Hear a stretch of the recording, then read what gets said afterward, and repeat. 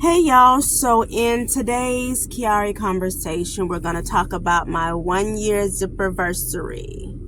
Alright, so it's been 1 year since my Chiari malformation decompression surgery for Chiari malformation and my syrinx. I've got my cheat sheet here.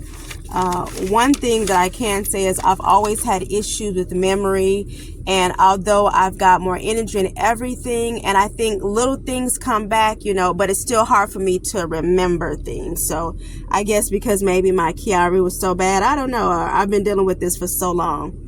So at any rate, as you guys know, I was diagnosed with Chiari malformation 1, 9 millimeters, and a really bad syrinx.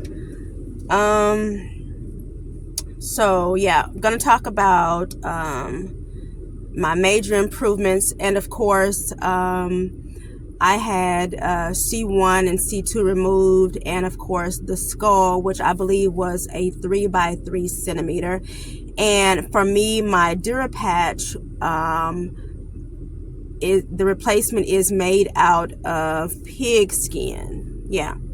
So, and what I'll do is, before I get started on talking about my improvements, I just want to show you guys my scar. I'm sure I'll do another video with just the scar, you know, progression, but hopefully you guys can see it. I just want to show you that, yes, my hair has really grown out. I don't know if you can see it, but my hair has grown out a lot. So, you know, I just do this little short hairstyles and try to just work around it. But I'm going to try to see if I can show you guys my incision. Hopefully.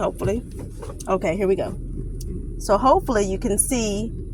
Let me see. Can you see it? Okay. So,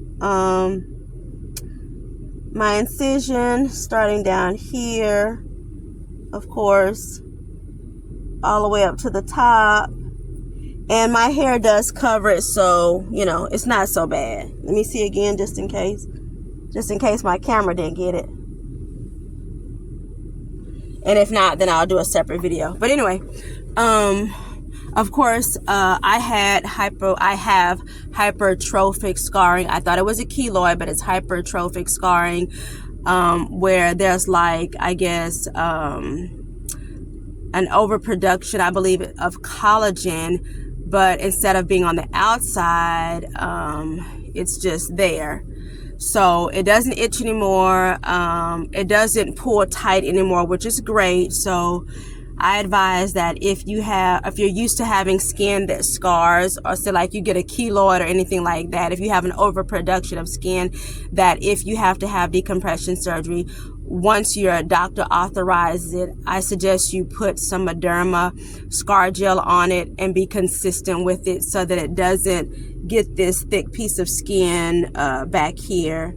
I don't think a lot of people deal with this, because most people I see, their incision is perfect. It's just one little line, you know, with the staples, of course, that you can see it pulled out, and once it heals, it looks fine. But for some reason, for me, that hypertrophic scarring came about, but it's not bad anymore. Like before, like I said, it was dry, it was tight, but it's really no issue now. And you can only see like the little bit on my neck, but my hair pretty much covers it, you know.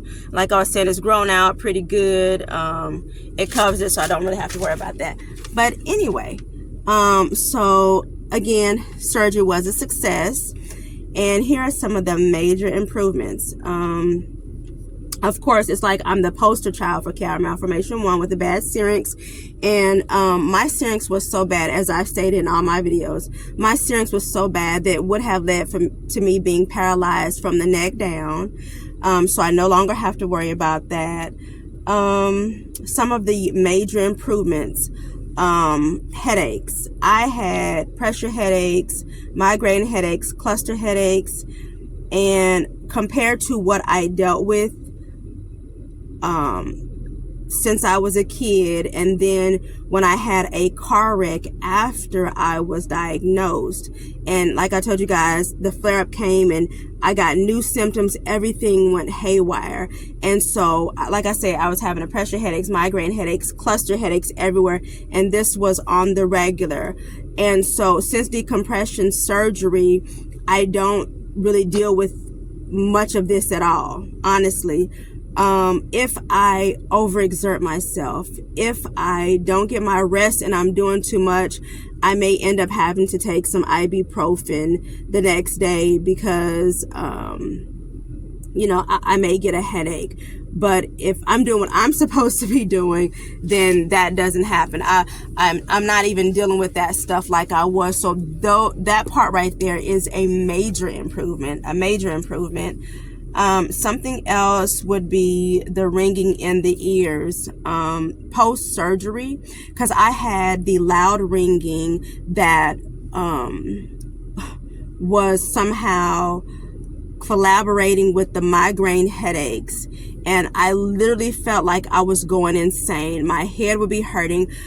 The ringing in my ears would the ringing in my ears would be so loud. I literally felt like I was losing my mind. The headaches, the ringing.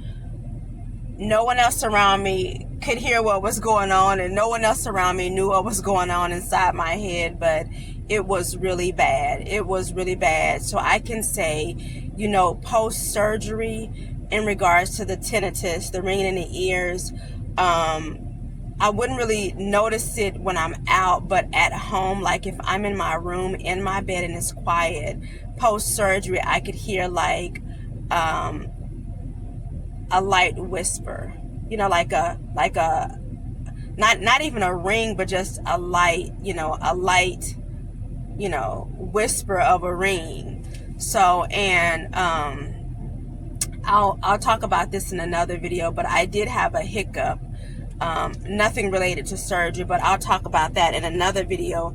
But regarding the headaches and the ringing in the ears, post-surgery, cause that to be minimal.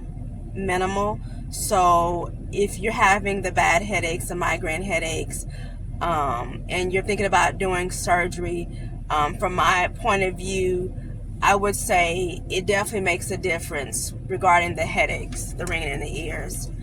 The next thing, which was a major improvement, the laughing.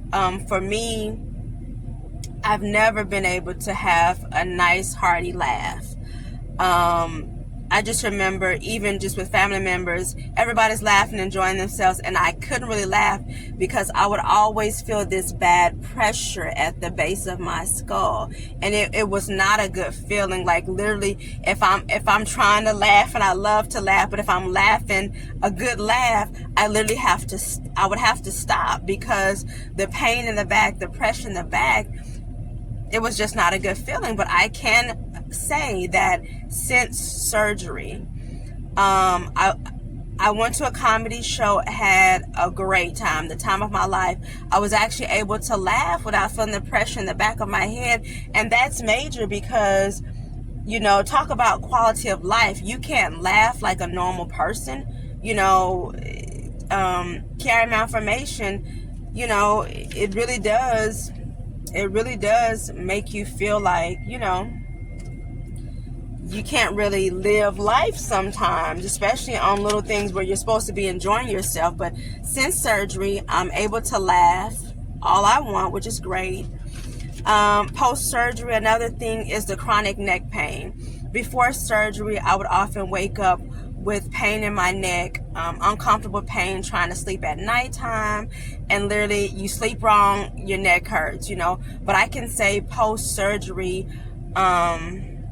that post-surgery that actually basically resolved itself, that neck pain is something else. Chronic neck pain. And like I said, every morning that would happen, but since surgery,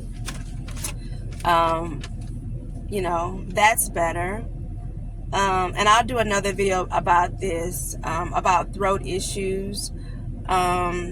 because I was having, like, forever, I felt like there was like something at the back of my throat that was catching kind of like my food. It, like when I would swallow, it was like something back there that, you know, my food was rubbing up against. And then of course I'm gonna make another video about this, but I was having some major throat issues, and turns out it was acid reflux. Yeah, I'm gonna do another video about that, because I want to, more than one ENT trying to figure this stuff out thought that it was something related to my Chiari, past that little whatever that was in the back of my throat, but this big bulge that was causing me to gag and throw up, and I felt like something was really happening. Turns out that part resolved because I actually found out what it was, you know, changing my diet, you know, drinking more water, which was crazy because I thought, you know, something's going on and maybe once I have the surgery to get better. And actually stopped right after surgery, but then it came back. But then, like I said, I found out it was acid reflux, which is just ridiculous. So anyway, regarding my scalp, about 6 months in, the circumference where the numbness was here all the way around, it started to close in, and now I finally can feel my scalp. It's back to normal, because for the longest time it stayed numb. Like when I first, right after the surgery, I literally thought, okay, is there like blood stuck to the top of my head, not even realizing the entire circumference was numb. And those sharp pains, those stabbing pains, was basically like the nerves mending. And so at the top of my head, it kind of closed in, and on the right side it took a little longer. But now, like I say, I can actually feel my scalp like normal. I can scratch my scalp, because it was the weirdest feeling, having no sensation. You know, I'm like, I can't even do my hair because it just felt so doggone awkward. But I can finally feel my scalp. That's back to normal. And like I said in one of my other videos about the syringomyelia, that's resolved.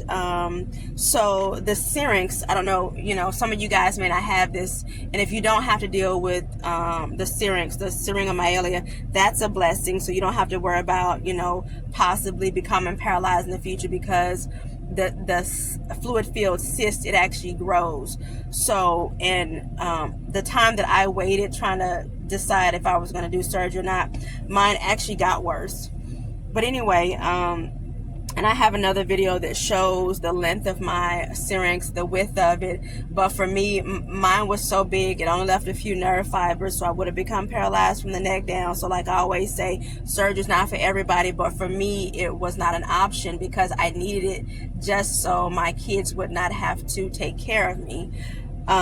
So yeah, my syrinx has basically almost disappeared. Like literally, it's down to nothingness. You can barely see it. It shrunk in size this way, and it shrunk in size this way. So it's just barely a little bit. But I do want to say that if you have been diagnosed with syringomyelia, if you have a fluid-filled cyst, if you have that syrinx, make sure that your neurosurgeon is watching that. From my understanding, you need to get annual MRIs done. But I say definitely, you know, I was struggling, you know, for a while, and decided to go ahead and do the surgery. By the grace of God, like I said, everything was successful. But if your neurosurgeon is telling you that you need the surgery because you have a syrinx, please, please don't take that, don't take that in a way, because I did. I was like, so wait a minute, I can't just go to a chiropractor? Is there another way to do this? And he was like, no. My neurosurgeon was like, the only option is surgery. And I want to say that because when I was doing my research, I did see this one guy on YouTube, and by the time he found out that he had a syrinx, it was actually too late. And he ended up being paralyzed. Like his hands work, but I think maybe from here down he was paralyzed. And you know, he was in a wheelchair. He was doing his best to maintain life and live, but he was paralyzed. So I would say, if you have a syrinx, if you have syringomyelia, definitely consider doing the surgery, because you don't want to become paralyzed and then have to depend on a spouse, kids, family members to take care of you when it's something. And I know surgery is scary, but I'm telling you, like, I honestly feel like it is the best decision that I could have made, because, you know, everything's working. I'm able to walk, you know, and I don't have to worry about that. So I'm thankful. So if your neurosurgeon is saying that your syringomyelia is really bad, please consider the surgery, because from my research, once the damage is done, it's done.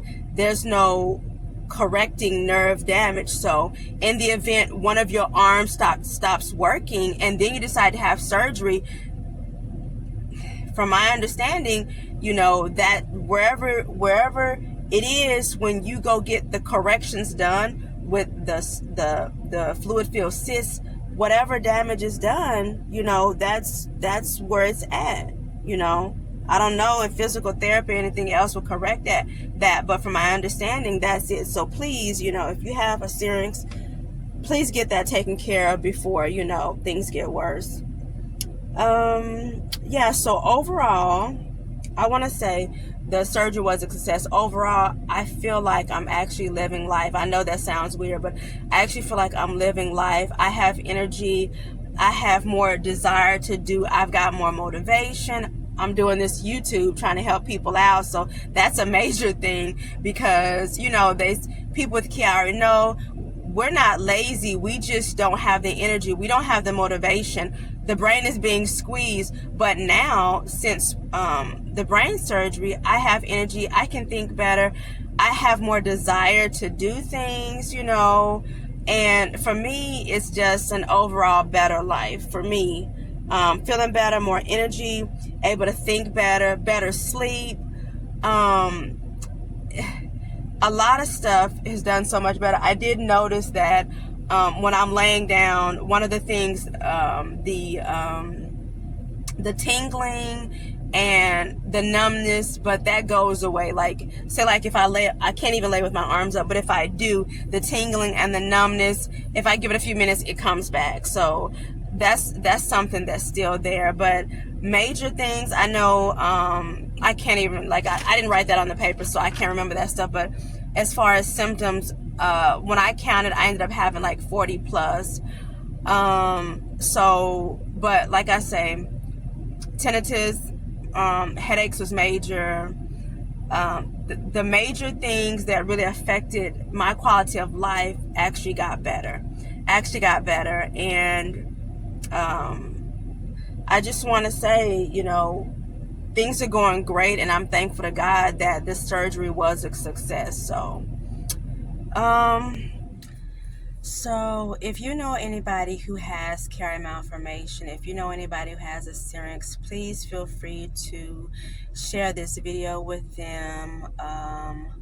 Like the video, subscribe if you have Chiari and you're interested in hearing more information about this invisible chronic illness that absolutely exists. And again, you're not crazy.